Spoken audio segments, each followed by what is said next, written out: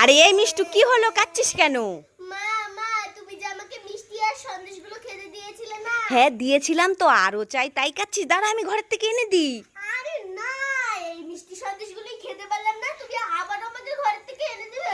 এই কেন তুই খেতে পারলি না কেন?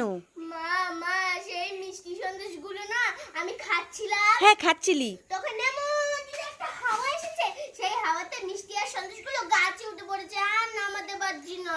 আজকেও তোর মিষ্টি সন্দেশ গাছে উঠে পড়েছে? একদিন তোর সাইকেল উঠে যায়, একদিন তোর ব্যাগ উঠে যায়, একদিন চশমা উঠে যায়, একদিন কুরকুরে উঠে যায়, আজকে সন্দেশগুলো গাছে উঠিয়ে দিলি?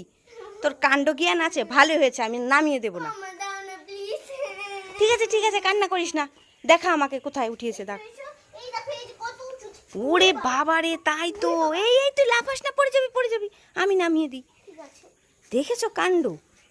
এ বাবা, যদি পড়ে যেত তাহলে তো খেতেই পারতি না। হ্যাঁ এই নে।